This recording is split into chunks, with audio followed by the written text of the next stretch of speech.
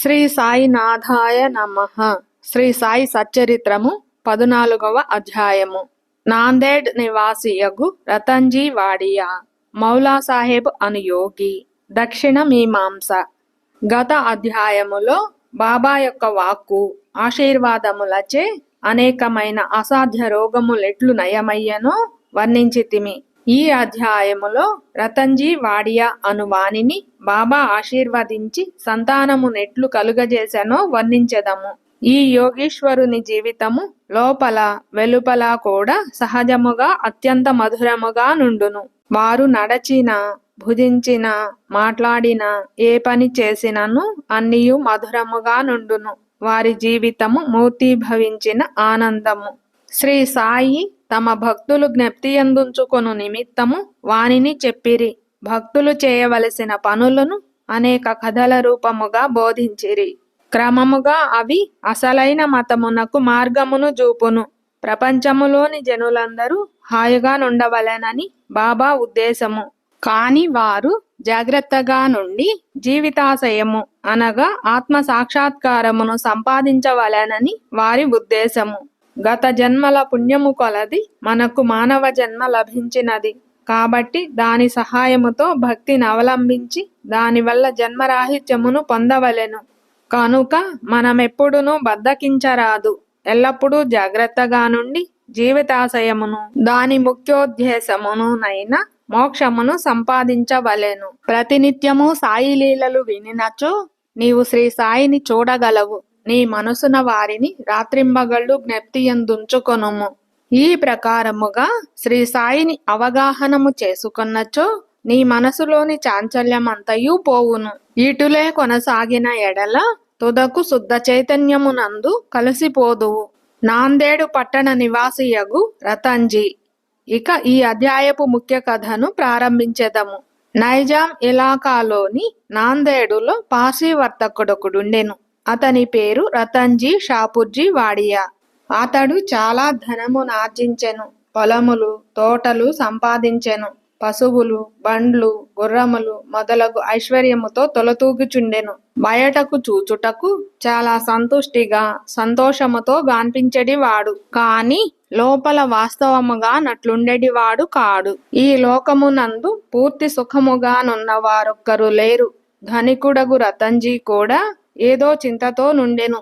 అతడు ఔదార్యము కలవాడు, దానధర్మములు చేయువాడు, బేదలకు అన్నదానము, వస్త్రదానము చేయుచుండువాడు, అందరికన్ని విధముల సహాయము చేయుచుండువాడు. చూచిన వారందరూను అతడు మంచివాడు, సంతోషముగానున్నాడని అనుకొనిరి. కాని రతన్జీ చాలా కాలము వరకు సంతానము లేకపోవుటచే నిరుత్సాహి అయి ఉండెను. భక్తి లేని హరికథ వలె, వరుసలేని సంగీతము వలె, జందెము లేని బ్రాహ్మణుని వలె, ప్రపంచ జ్ఞానము లేని శాస్త్రవేత్త వలె, పశ్చాత్తాపము లేని యాత్ర వలె, కంఠాభరణము లేని అలంకారము వలె రతన్జీ జీవితము పుత్ర సంతానము లేక నిష్ప్రయోజనముగాను కళా విహీనముగాను యుండెను. రతన్జీ ఎల్లప్పుడూ ఈ విషయమును గూర్చియే చింతించుచుండెను. రతన్జీ తనలో తానిట్లనుకొనెను, భగవంతుడెన్నడైనా సంతుష్టి చెంది పుత్ర సంతానము కలుగజేయడా? మనసునందలి ఈ చింతతో అతడాహారమందు రుచి గోల్పోయెను. రాత్రింబవళ్ళు తనకు పుత్ర సంతానము కలుగనా లేదాయను ఆతురతతో నుండువాడు. దాసగను మహారాజునందు గొప్ప గౌరవము కలిగియుండెడివాడు. ఒకనాడు దాసగను మహారాజును కలిసి ఆయనతో తన మనసులోని కోరికను చెప్పెను. దాసగను అతనికి షిరిడీకి వెళ్ళుమని సలహా ఇచ్చెను. బాబాను దర్శించమనెను. బాబా ఆశీర్వాదము పొందుమనెను. సంతానము కొరకు వేడుకొనుమనెను. రతన్జీ దీనికి సమ్మతించెను. షిరిడీకి వెళ్ళుటకు నిశ్చయించెను. కొన్ని దినముల తరువాత షిరిడీకి వెళ్ళెను. బాబా దర్శనము చేసెను. బాబా పాదముల మీద పడెను. ఒక బుట్టలో చక్కని పూలమాలను తెచ్చి దానిని బాబా మెడలో వేసి ఒక గంపతో పండ్లను బాబాకు సమర్పించెను. మిక్కిలి వినయ విధేయతలతో బాబా దగ్గర కూర్చుండి ఇట్లు ప్రార్థించెను. కష్టదశలోనున్న వారనేక మంది నీ దర్శనమునకు రాగా వారిని వెంటనే రక్షించి కాపాడెదవు. ఈ సంగతి విని నీ పాదములను ఆశ్రయించి తిని కనుక దయయుంచి నాకు ఆశాభంగము కలుగచేయుకుము. బాబాకు 5 రూపాయలు దక్షిణ ఇవ్వవలెనని రతన్జీ తన మనసులో దలచెను.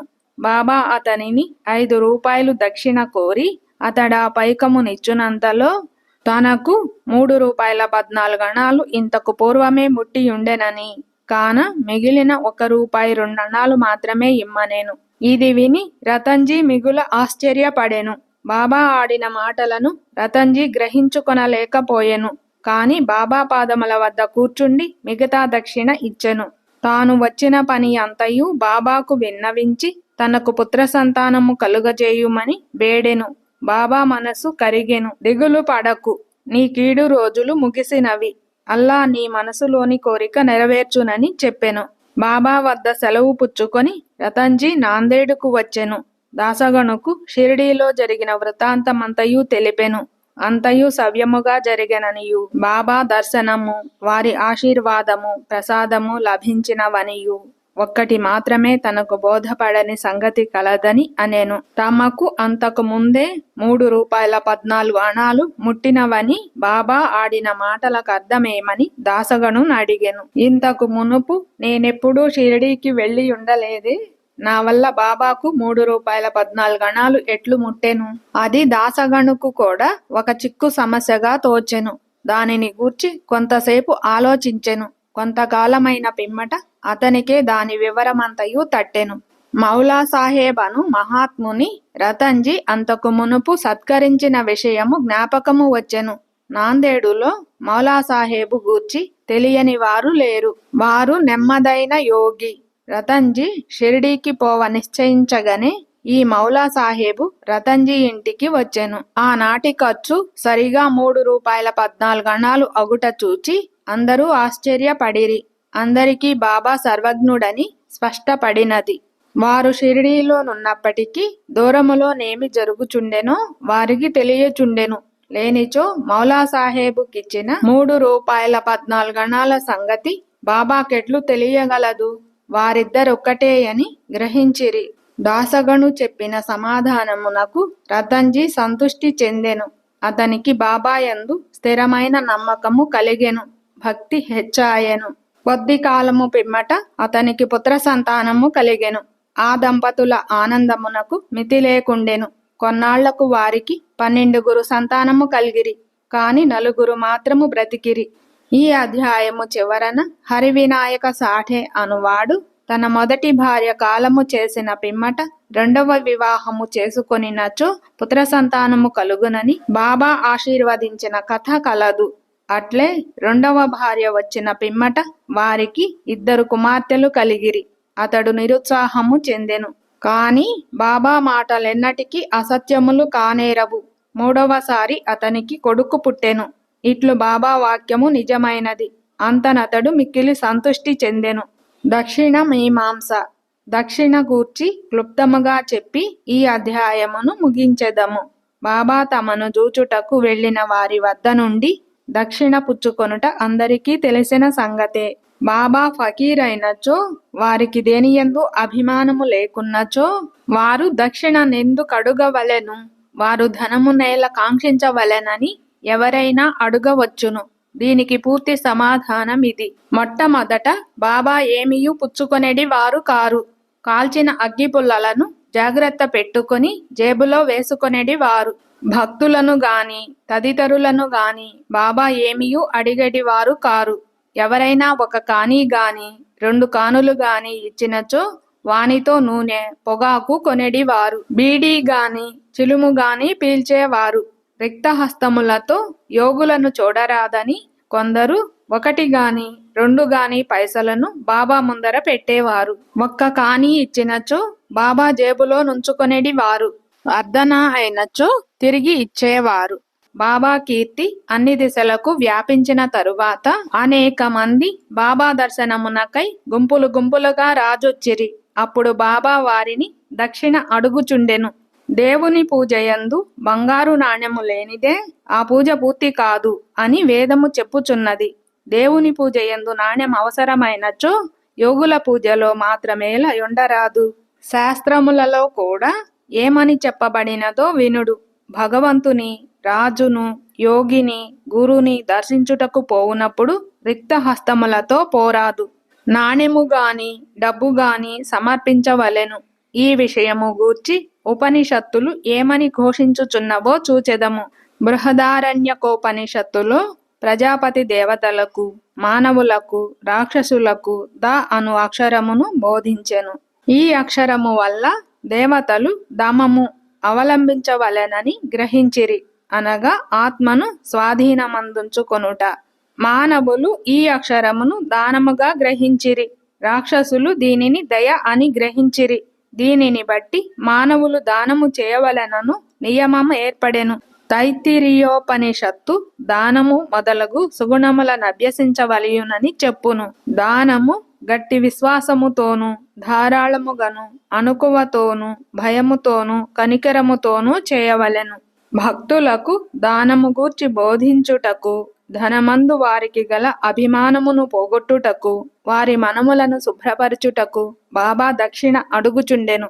కాని ఇందులో ఒక విశేషమున్నది. బాబా తాము పుచ్చుకొను దానికి 100 రెట్లు తిరిగి ఇవ్వవలసి వచ్చుచుండెను. ఇట్లనేక మందికి జరిగెను. దీనికొక ఉదాహరణము. గణపతిరావు బోడస్ యను ప్రముఖ నటుడు తన మరాఠీ జీవిత చరిత్రలో గడియ గడియకు బాబా దక్షిణ అడుగుచుండుట చేత ధనముంచుకొను సంచి తీసి బాబా ముందు కుమ్మరించితిననియు, దీని ఫలితముగా ఆనాటి నుండి తన జీవితములో ధనమునకు ఎట్టి లోటు లేకుండెననియు రాసెను. ఎల్లప్పుడూ కావలసినంత ధనము గణపతిరావు బోడస్కు దొరకుచుండెను. బాబా దక్షిణ అడిగినప్పుడు ధనమే ఇవ్వనక్కరలేదను అర్థము కూడా పెక్కు సంఘటనల వలన తెలియవచ్చుచున్నది. దీనికి 2 ఉదాహరణములు. ఒకటి, బాబా 15 రూపాయలు దక్షిణ ఇమ్మని ప్రొఫెసర్ జీజీ నార్కెన్ అడుగగా అతడు తన వద్ద దమ్మిడీ అయినా లేదనెను. దానికి బాబా ఇట్లనెను, నీ వద్ద ధనము లేదని నాకు తెలియను, కాని నీవు యోగ వాసిష్టము చదువుచున్నావు కదా, దాని నుంచి నాకు దక్షిణ ఇమ్ము. దక్షిణ అనగా ఇచ్చట గ్రంథము నుంచి నేర్చుకొనిన విషయములను జాగ్రత్తగా హృదయములో దాచుకొనుమని అర్థము. 2, ఇంకొకసారి తర్ఖడ్ భార్యను 6 రూపాయల దక్షిణ ఇమ్మని బాబా అడిగెను. తన వద్ద పైకము లేకుండుటచే ఆమె మిగుల చిన్నబోయెను. అప్పుడు అక్కడనే ఉన్న ఆమె భర్త బాబా వాక్కులకు అర్థము చెప్పెను. తన 6 శత్రువులను అనగా కామ క్రోధ లోభాదులను తమకు పూర్తిగా సమర్పించవలెనని బాబా భావమని అతడు తన భార్యకు వివరించెను. దానికి బాబా పూర్తిగా సమ్మతించెను. బాబా దక్షిణ రూపముగా కావలసినంత ధనము వసూలు చేసినప్పటికీ దానినంతయు వారు ఆనాడే పంచిపెట్టుచుండిరి. ఆ మరుసటి ఉదయమునకు బాబా మామూలు పేద ఫకీరగుచుండెను. 10 సంవత్సరముల కాలము వేల కొలది రూపాయలను దక్షిణ రూపముగా పుచ్చుకొనినను మహాసమాధి చెందునాటికి 7 రూపాయలు మాత్రమే వారి చెంత మిగిలెను. 1000 ఏళ్ల బాబా దక్షిణ పుచ్చుకొనుట భక్తులకు దానమును త్యాగమును నేర్పుట కొరకే. దక్షిణ గూర్చి ఇంకొకరి వర్ణన. బివి దేవ్ ఠాణా నివాసి, ఉద్యోగ విరమణ చెందిన మామలతాదారు, బాబా భక్తుడు. దక్షిణ గూర్చి ఆయన శ్రీ సాయిలీలా మాసిక్ పత్రికలో ఇట్లు వ్రాసియున్నారు. బాబా అందరినీ దక్షిణ అడుగువారు కారు. అడగకుండా ఇచ్చినచో ఒక్కొక్కప్పుడు పుచ్చుకొనిడి వారు, ఇంకొకప్పుడు నిరాకరించువారు. బాబా కొంతమంది భక్తుల వద్ద దక్షిణ అడుగుచుండెను. బాబా అడిగినచో ఇచ్చెదమనుకొను వారి వద్ద బాబా దక్షిణ పుచ్చుకొనిడి వారు కారు. తమ ఇష్టమునకు వ్యతిరేకముగా ఎవరైనా దక్షిణ ఇచ్చినచో బాబా దానిని ముట్టేవారు కారు.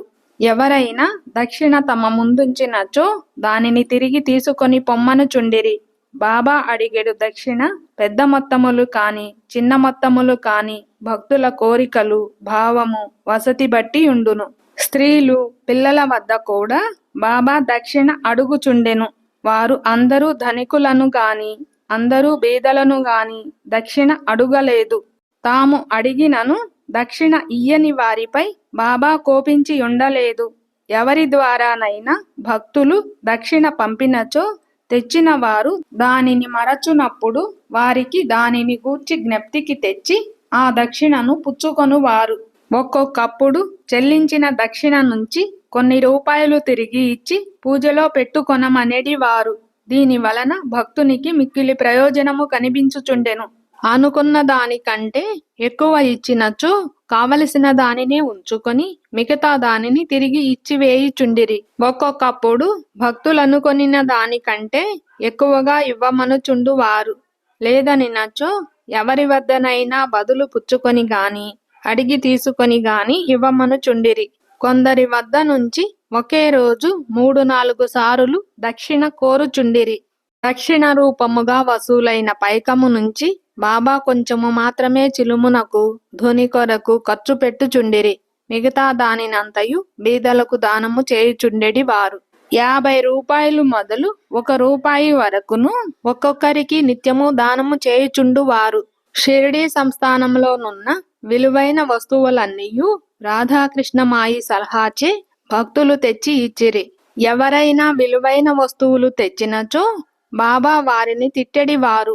నానాసాహెబు చాందోర్కరుతో తన ఆస్తి అంతయు 1 కౌపీనము, 1 విడిగుడ్డ, 1 కఫని, 1 తంబిరేలు గ్లాసు మాత్రమే అనియు, అయినప్పటికీ భక్తులనవసరమైన నిష్ప్రయోజనమైన విలువైన వస్తువులు తెచ్చుచున్నారని అనుచుండెడి వారు. మన పారమార్థికమునకు ఆటంకములు 2 గలవు. మొదటిది స్త్రీ, రెండవది ధనము. షిరిడీలో బాబా ఈ 2 సంస్థలను నియమించి ఉన్నారు. అందొకటి దక్షిణ, రెండవది రాధాకృష్ణమాయి. తన భక్తులు ఈ రెంటిని ఎంతవరకు విడిచిపెట్టిరో పరీక్షించుటకై బాబా వీనిని నియమించెను. భక్తులు రాగానే దక్షిణ అడిగి పుచ్చుకొని బడికి అనగా రాధాకృష్ణమాయి గృహమునకు పంపుచుండిరి. ఈ 2 పరీక్షలకు తట్టుకొన్నచో అనగా కనకమందు కాంతయందు అభిమానము పోయెనదని నిరూపించినప్పుడే బాబా దయ వలన ఆశీర్వాదము వలన వారి పారమార్థిక ప్రగతి శీఘ్రమగుట దృఢపడుచుండెను. భగవద్గీతలోను ఉపనిషత్తులలోను పవిత్రమైన స్థలమందు పవిత్రునకిచ్చిన దానము ఆ దాత యొక్క యోగక్షేమములకు అధికముగా తోడ్పడునని ఉన్నది. షిరిడీ కన్నా పవిత్ర స్థలమేది? అందున్న దైవము సాయిబాబా కన్నా మిన్న ఎవరు? 14వ అధ్యాయము సంపూర్ణము. సద్గురు శ్రీ సాయినాథార్పణమస్తు. శుభం భవతు.